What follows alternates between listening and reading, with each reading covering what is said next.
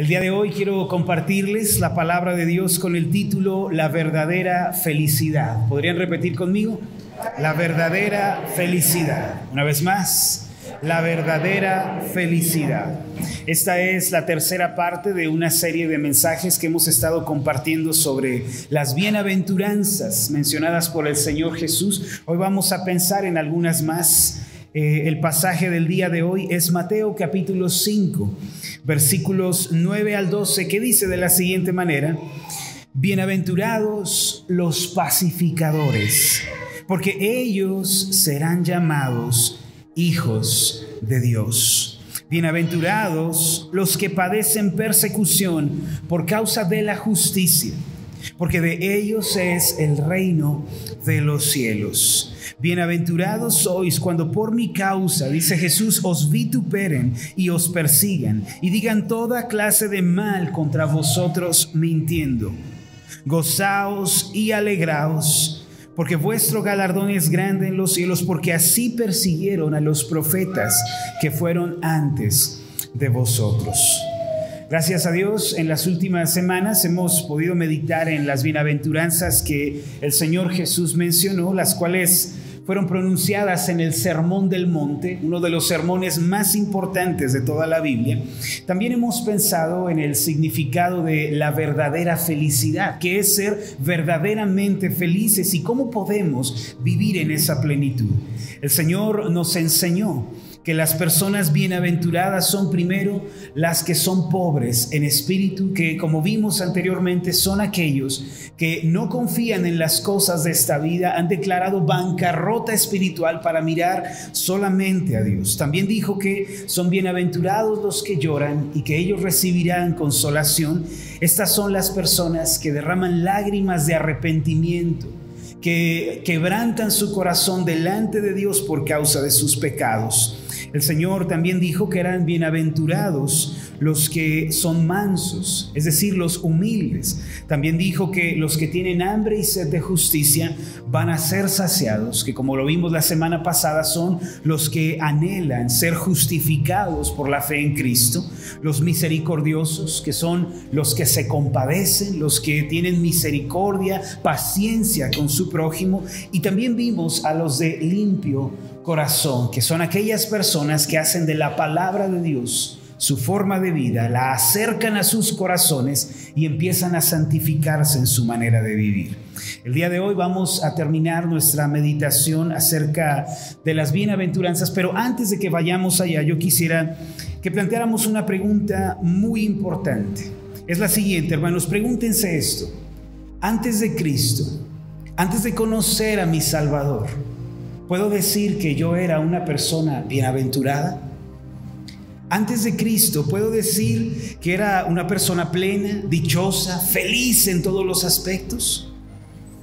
Hermanos, responder a esta pregunta es muy importante porque revela lo que nosotros pensamos sobre la felicidad y la paz. Revela también que verdaderamente el hombre solo puede ser bienaventurado, feliz y pleno junto a Dios. Hace tiempo hice esta misma pregunta en una de las células y allí se encontraba un joven que había salido de los vicios, las drogas, de una vida inmoral, y él respondió de esta manera: pastor, se cree que vivir al máximo es ir de fiesta en fiesta, es ir de una relación a otra y hacer lo que a uno le viene en gana, pero eso no es felicidad en absoluto, me dijo este joven. Después de embriagarme, de drogarme, yo llegaba a mi habitación, me platicó este joven, y me acostaba en mi cama, en medio de la oscuridad, para llorar toda la noche por el profundo vacío que yo sentía en mi vida. Mis amados, solo en Cristo hay felicidad. Sin Cristo no hay esperanza, no hay paz, solamente vacío, desesperación, dolor. Mire, como todos saben, el sol es el centro de nuestro sistema planetario. Todos los planetas, desde Mercurio hasta Plutón, giran alrededor de este gran astro luminoso, y su propia fuerza de atracción es la que hace que todos los planetas giren de manera ordenada y sigan su propia órbita.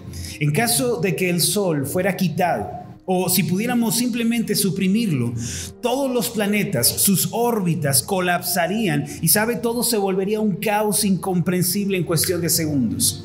La Biblia nos enseña que Jesucristo es el centro de la vida y de la existencia misma.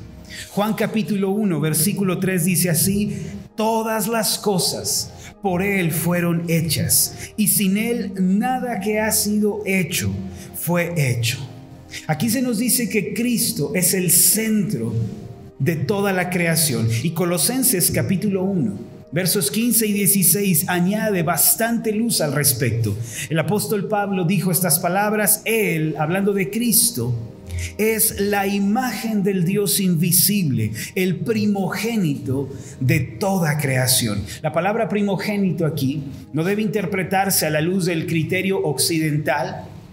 Es decir, el primogénito, lo entendemos nosotros, es el primero en nacer, ¿cierto? Sí. Pablo no está diciendo que Cristo es el primer ser creado por Dios. Eso no quiere decir la palabra primogénito. Él nos va a explicar en el versículo 16 qué es la palabra primogénito.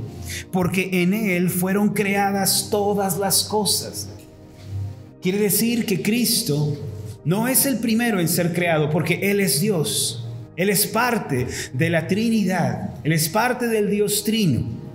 Aquí se nos dice y se nos explica qué es la palabra primogénito. En Él fueron creadas todas las cosas, las que hay en los cielos y las que hay en la tierra, visibles e invisibles, sean tronos, sean dominios, sean principados, sean potestades. Quiere decir Pablo que Cristo es la materia prima de toda la creación, que todo fue creado a partir de Él. Como dice al final, todo fue creado por medio de Él.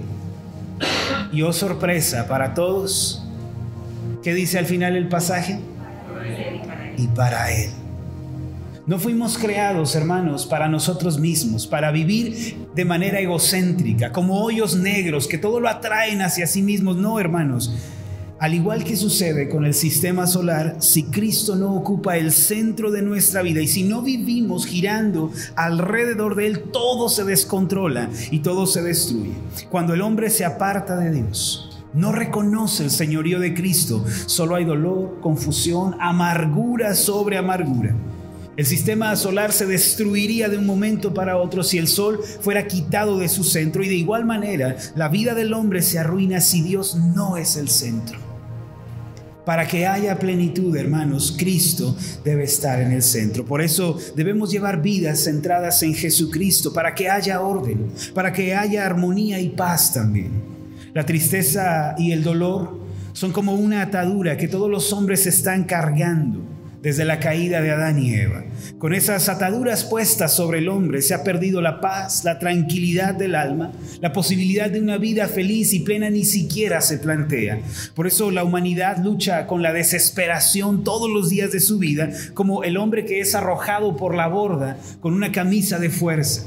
Mire, leí hace tiempo que se decía que los marinos del siglo XVI tenían una manera muy cruel de castigar a los criminales y ladrones. Cuando alguien era descubierto en un delito mientras ellos viajaban en barco, a tal persona se le ponía una especie de camisa de fuerza, se le ataba fuertemente para después arrojar a esa persona al fondo del mar. Obviamente la persona se hundía lentamente sin la posibilidad de salvarse. Y así también toda la humanidad, mis amados, fue arrojada al mar de la desesperación por causa del pecado de Adán y Eva, sin posibilidades de esperanza, sin posibilidades de tener gozo y felicidad en la vida. Pero ahora, hermanos, la Biblia nos enseña que uno de los propósitos de la muerte de Jesucristo en la cruz es liberar al hombre de su profundo sentido de depresión y de su profunda desesperación. El profeta Isaías, hablando de la gran salvación que iba a traer este Mesías, dijo en Isaías 61, versículo 10 lo siguiente: en gran manera me gozaré en Jehová, mi alma se alegrará en Dios, porque me vistió con vestiduras de salvación, me rodeó de manto de justicia, como a novio me atavió y como a novia adornada con sus joyas. Isaías está profetizando acerca de la salvación y sus efectos. Cuando una persona es salva, es una persona feliz también. Cuando una persona recibe las vestiduras de salvación y de justicia por medio de Cristo, puede dar la bienvenida a la felicidad y a la paz en su corazón. Si alguno cree en Jesucristo, mis amados, confía en Él, va a ser liberado de esas ataduras de tristeza, de amargura, de dolor, y va a pasar a recibir esa bendición de una vida bienaventurada. Recibir a Cristo como Señor y Salvador personal es dar la bienvenida al gozo, a la paz y a la esperanza. El teólogo Harry Smart relató una vivencia muy particular en su diario y quiero leerla para ustedes. Él dijo estas palabras: cuando yo era un muchacho y vivía con mis padres en los campos de Sheffield, Inglaterra, me gustaba encerrar en pequeñas jaulas a los pájaros silvestres que compraba a los hombres que tenían por oficio atrapar dichas aves. Estos hombres solían vender los pajaritos diciendo que eran aves cantoras. Algunas veces incluso pintaban de colores a los gorriones para que parecieran canarios. Sin embargo, al llevarlos a casa, aunque les daba migajas de pan, azúcar y golosinas, ninguno de ellos cantaba. Por eso llegué a la conclusión de que no eran aves cantoras. Ahora, el pastor Smart termina esta vivencia personal de la siguiente manera: un día, mi hermana abrió las puertas de las jaulas y dio a los pájaros su libertad. Tan pronto como ella lo hizo, yo fui corriendo al patio y mientras las aves abrían sus alas y volaban remontándose en los aires, pude oír que cantaban. El teólogo Harry Smart solía relatar esta vivencia de su niñez para señalar que, al igual que las aves, el hombre cautivo no tiene paz ni gozo, ni puede cantar alegremente. Hermanos, así también sucede con las almas cautivas y oprimidas. El mundo puede ofrecer cierta clase de dulzura, cierto sustituto para la felicidad y la paz, pero el corazón de los hijos de Dios solo puede cantar alegremente hasta que su Redentor y Libertador Jesucristo abre la puerta de la jaula del pecado. Por eso solo en Jesucristo hay esperanza para nosotros. Solo en Jesucristo hay esperanza de una vida bienaventurada y dichosa. Vamos a terminar el mensaje del día de hoy reflexionando en estas dos últimas bienaventuranzas mencionadas por el Señor en Mateo capítulo 5, versos 9 al 12. ¿Por qué no prepara su Biblia en este pasaje? La primera de ellas dice de esta manera: bienaventurados, ¿le parece si leemos juntos? Bienaventurados los pacificadores, porque ellos serán llamados hijos de Dios. Mire, aquí se nos dice que una persona bienaventurada es aquella que es pacificadora. También se dice que tales personas van a ser llamadas o reconocidas como hijas de Dios. Hermanos, Dios ama a los pacificadores, a los que ayudan a que haya paz, a aquellos que se enfocan en la reconciliación. Esto se refiere desde luego a las personas que en lugar de llevar conflicto, guerra, a donde quiera que van, más bien esparcen la paz y la armonía en todo lugar. Sin embargo, los pacificadores que aquí el Señor está mencionando son más específicamente aquellos que siguen compartiendo el mensaje de salvación y de reconciliación con Dios por medio de Jesucristo. Es verdad que nosotros debemos ayudar a que el esposo y la esposa se reconcilien. Es maravilloso cuando eso sucede.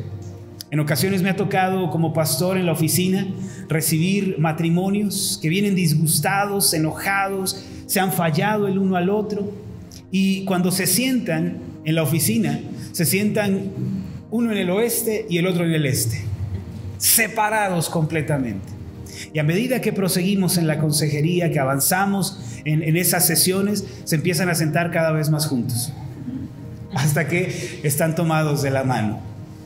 Un día nos tocó al hermano Ricardo y a mí recibir a un matrimonio así. Se sentaron en el sillón y estaban ambos en un costado, sin mirarse a la cara, de espaldas casi.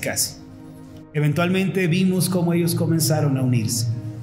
Está bien que nosotros ayudemos a que los matrimonios se reconcilien. Qué bueno cuando ayudamos a que el hijo regrese a casa y se reconcilie con los padres. Qué bueno cuando ayudamos a los hermanos a reconciliarse entre ellos. Eso es algo muy noble, eso es algo grandioso, creo yo. Pero la labor de reconciliación y de paz más importante que los cristianos debemos hacer es la de ayudar a la gente perdida y pecadora a reconciliarse con Dios. Segunda de Corintios, capítulo 5, versos 18 en adelante. Acompáñenme con su Biblia, por favor.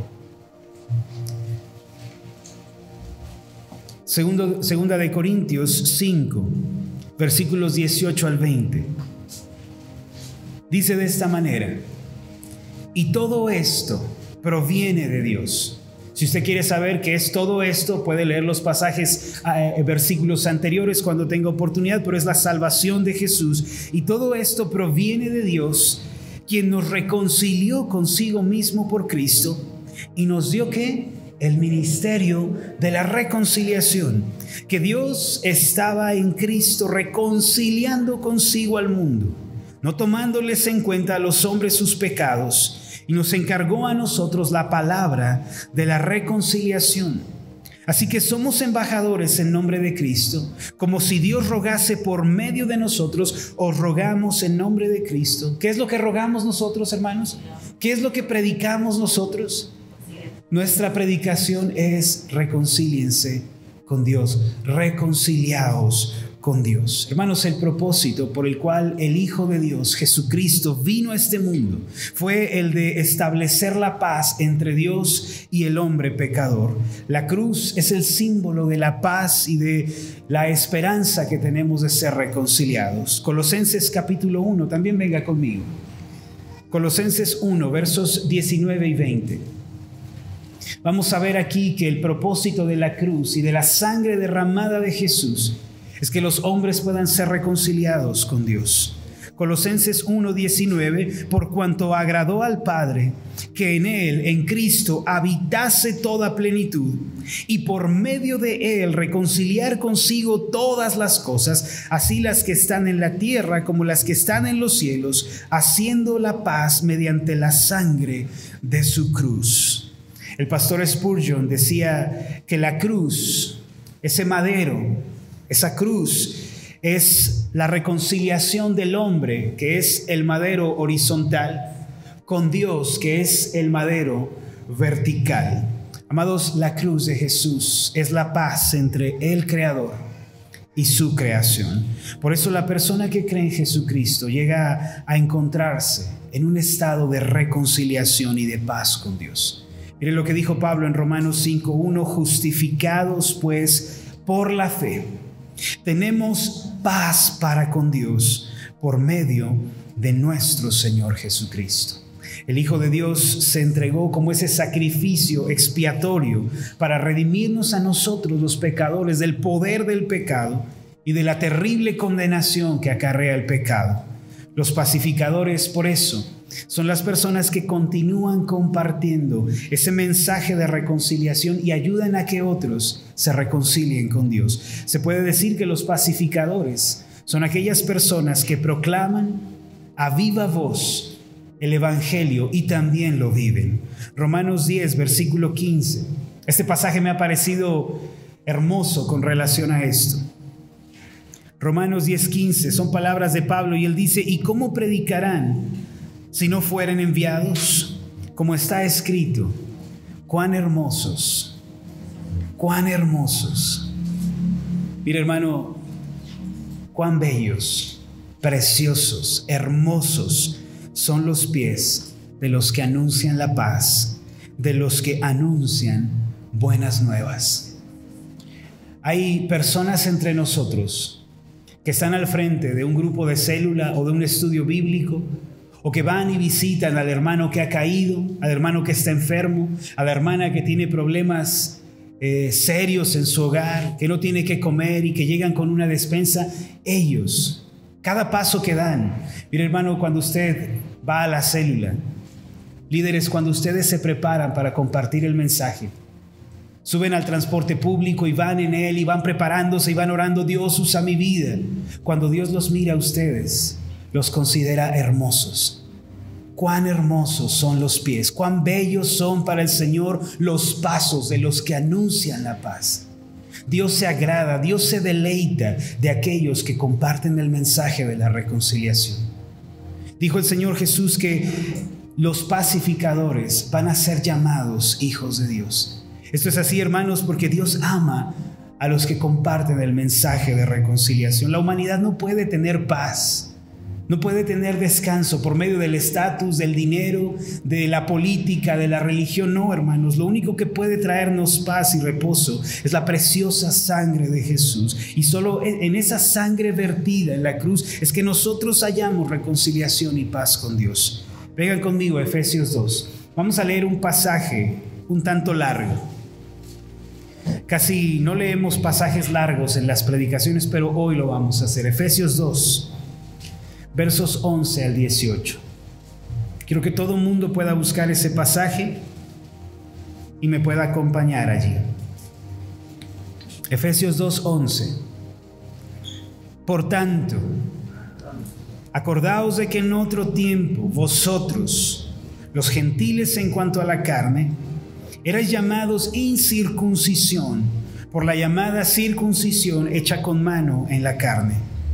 En aquel tiempo estabais sin Cristo, alejados de la ciudadanía de Israel y ajenos a los pactos de la promesa, sin esperanza y sin Dios en el mundo. Pero ahora, en Cristo Jesús, vosotros que en otro tiempo estabais lejos, habéis sido hechos cercanos por la sangre de Cristo, porque Él es nuestra paz, que de ambos pueblos hizo uno, derribando la pared intermedia de separación, aboliendo en su carne las enemistades, la ley de los mandamientos expresados en ordenanzas, para crear en sí mismo de los dos un solo y nuevo hombre, haciendo la paz, y mediante la cruz reconciliar con Dios a ambos en un solo cuerpo, matando en ella las enemistades. Y vino y anunció las buenas nuevas de paz a vosotros que estabais lejos y a los que estaban cerca, porque por medio de Él los unos y los otros tenemos entrada por un mismo Espíritu al Padre. Amados de Dios, para ser personas bienaventuradas debemos sentir un gran amor por la humanidad perdida. Debemos sentir compasión por los pecadores extraviados y perdidos. En lugar de mirar a nuestro vecino por el mal que hace y quejarnos y maldecir a nuestros gobernantes y maldecir a nuestras autoridades y vivir con una actitud hostil, hermanos, tenemos que ser pacificadores y tenemos que orar por la paz de nuestra ciudad y tenemos que llevar el mensaje de esperanza a los que nos rodean. El Señor Jesús, para salvarnos, Él tuvo que morir a sí mismo.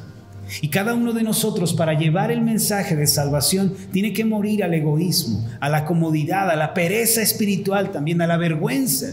Tenemos que morir a estas cosas y animarnos a hablar el mensaje del Evangelio. Hermanos, compartan a otros el mensaje de reconciliación.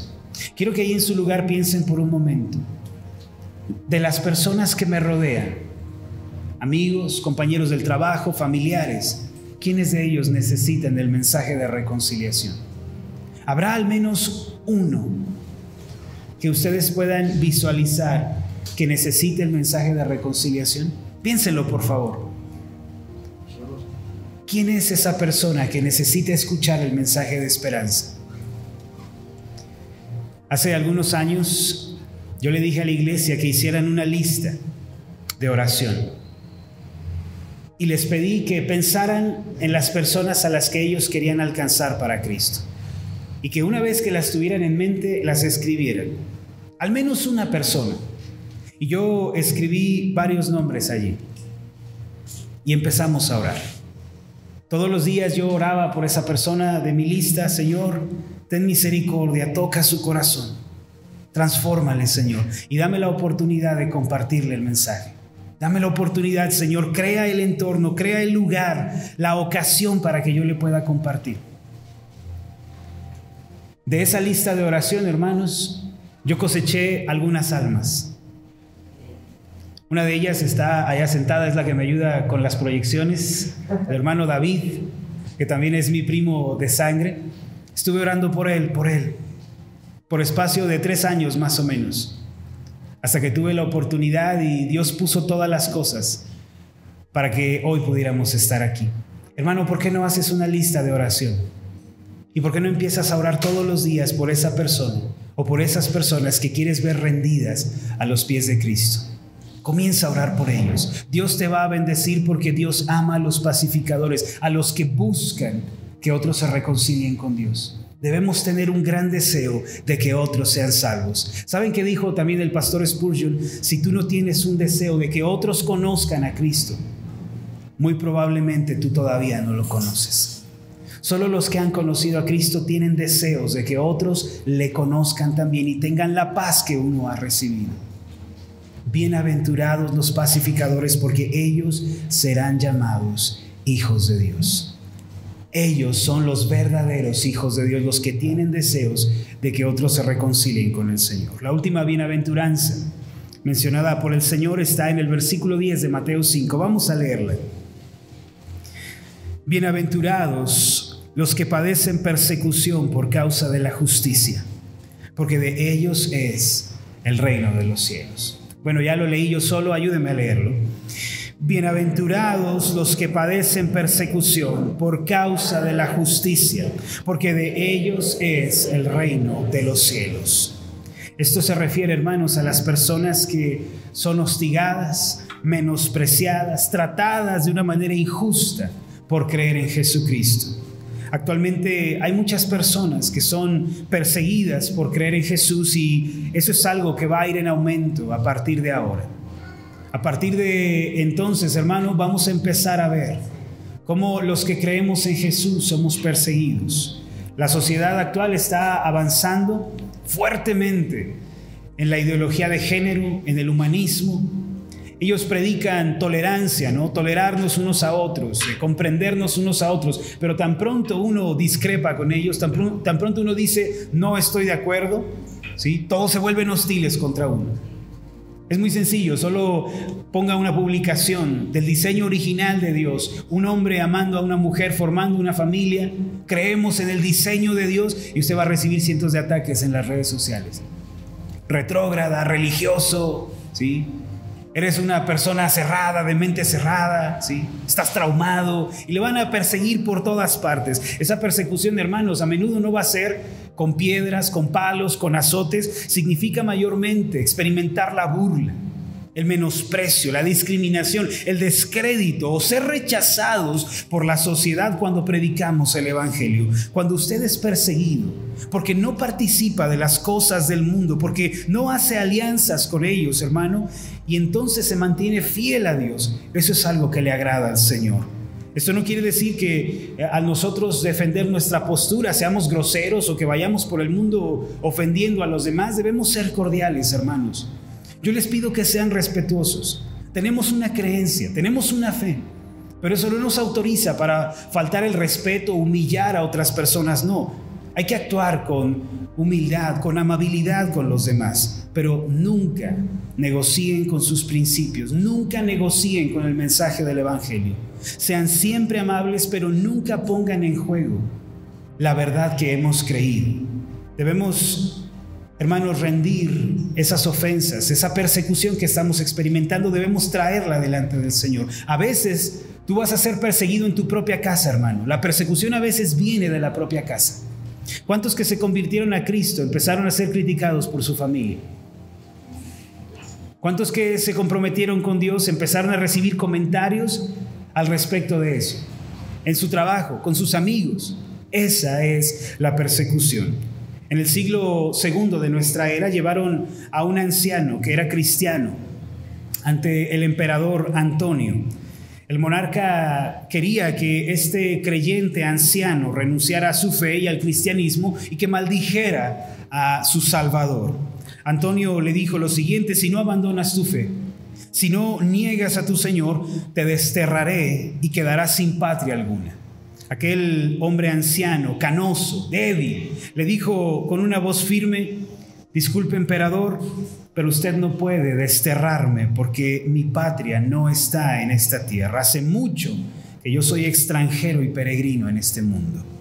Con un tono molesto, el emperador le replicó: entonces, si te rehusas a negar tu fe en Cristo y no le maldices, te despojaré de todos tus bienes y vas a quedar en la miseria. El anciano, obviamente tranquilo, amable, le respondió al emperador: mis tesoros están en el cielo y usted no podrá tocarlos jamás. Hace mucho que no poseo nada en esta tierra.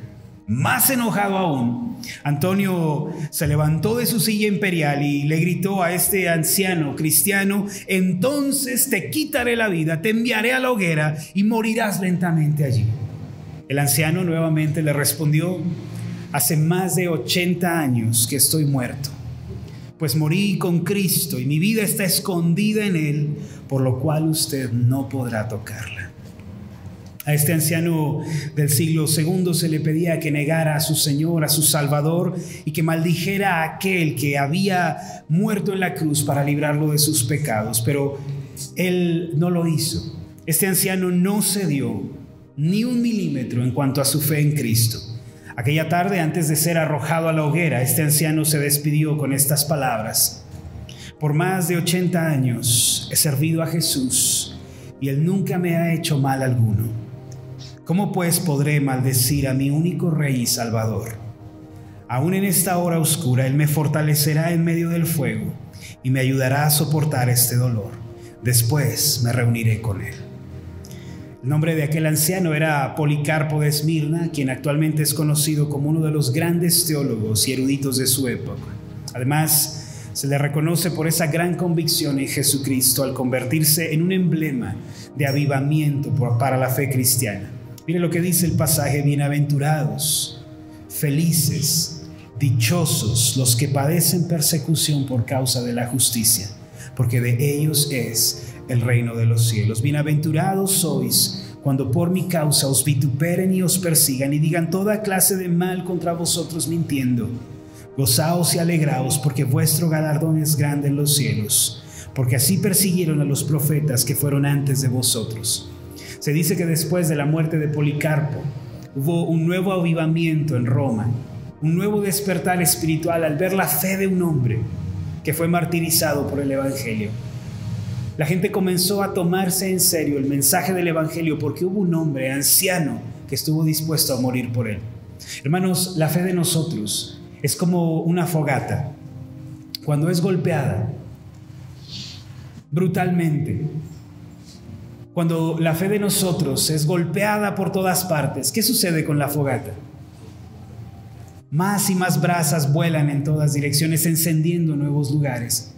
Eres bienaventurado cuando padeces por causa de Jesucristo y permaneces con una actitud fiel delante de Él, aunque experimentes críticas, aunque otros te llamen santurrón y te pongan sobrenombres, ¿no? De los más famosos, a los cristianos nos llaman aleluyas, ¿verdad? Los hijos del santo nos dicen. Y nos van a llamar de mil maneras. Pero cuando soportamos con fidelidad esa persecución y nos humillamos ante el Señor, un avivamiento va a tener lugar. Y aquellos que antes no creían en Cristo van a tomarse en consideración nuestra fe y comenzarán a creer. Por eso manténganse fieles a la verdad, hermanos. Y cuando sean perseguidos, no cedan. Cristo está con ustedes. Aun cuando estén en el fuego, Él les va a acompañar en medio de ese dolor. Luego le verán más claramente. Vamos a hacer una oración, hermanos.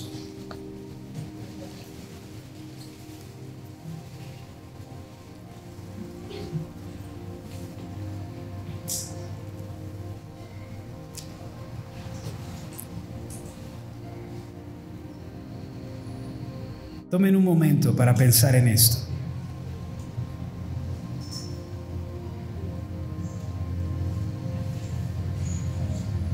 Bienaventurados los pacificadores, porque ellos serán llamados hijos de Dios. Cuán hermosos son los pies de los que anuncian la paz. Cuán hermosos son los pies de los que anuncian las buenas nuevas.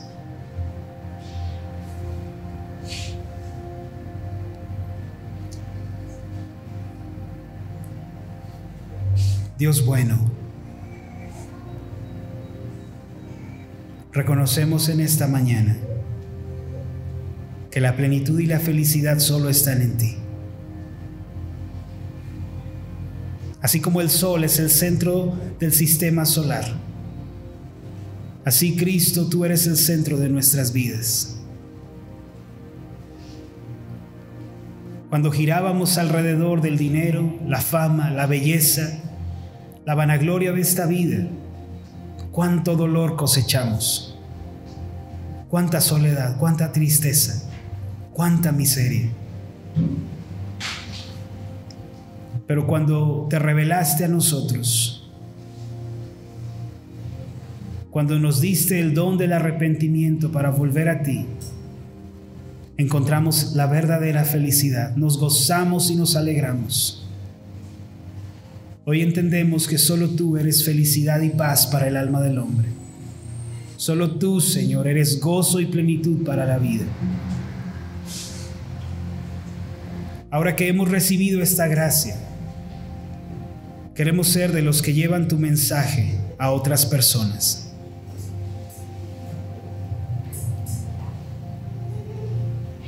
Hermano, pon tus manos delante del Señor y dile: Padre, yo quiero ser un pacificador. Yo quiero ser un pacificador. Hermano, extiéndele tus manos a Dios y dile: Señor, yo quiero que tú uses mis manos y mis pies y mi boca para llevar el mensaje de esperanza a los que no te conocen. Yo quiero ser un pacificador. Bienaventurados los pacificadores.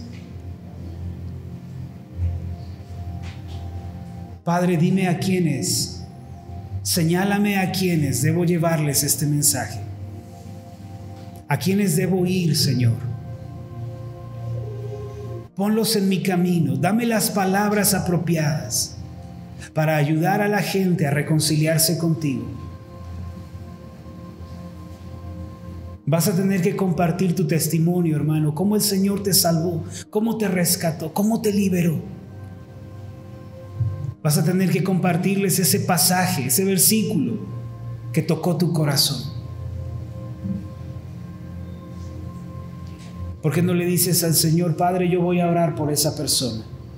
Yo voy a orar por mi hermano, mi hermana, mi padre, mi madre, mi vecino, mi compañero, mi amigo. Yo voy a orar por ellos, Señor, hasta que tú los traigas a tus pies. Bienaventurados los pacificadores, porque ellos serán llamados hijos de Dios. Bienaventurados los que padecen por causa de la justicia, porque de ellos es el reino de los cielos. Padre, fortalécenos para que en esta hora oscura, cuando vemos que las ideologías contrarias a ti se levantan en este mundo, tratan de opacar el sol de tu verdad, ayúdanos, Padre, para no desanimarnos ni desalentarnos. Cuando seamos criticados, Señor, menospreciados, cuando se burlen de nosotros por causa de la justicia, ayúdanos a recordar que de nosotros es el reino de los cielos.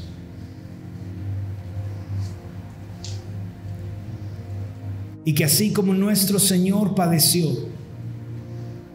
nosotros nos sintamos felices de padecer por causa de su nombre también. Porque así persiguieron a los profetas que fueron antes de nosotros. Que en ese momento de prueba no cedamos, no acordemos, sino que nos mantengamos firmes a la verdad y a la justicia de Jesucristo. Bienaventurados sois cuando por mi causa os vituperen y os persigan. Alegraos, porque vuestra recompensa es grande en los cielos. Hermano, tu recompensa es grande en los cielos. Bienaventurado eres si padeces por causa de Jesús. Gracias, Padre, por tu palabra. En el nombre de tu Hijo Jesucristo oramos. Amén y amén.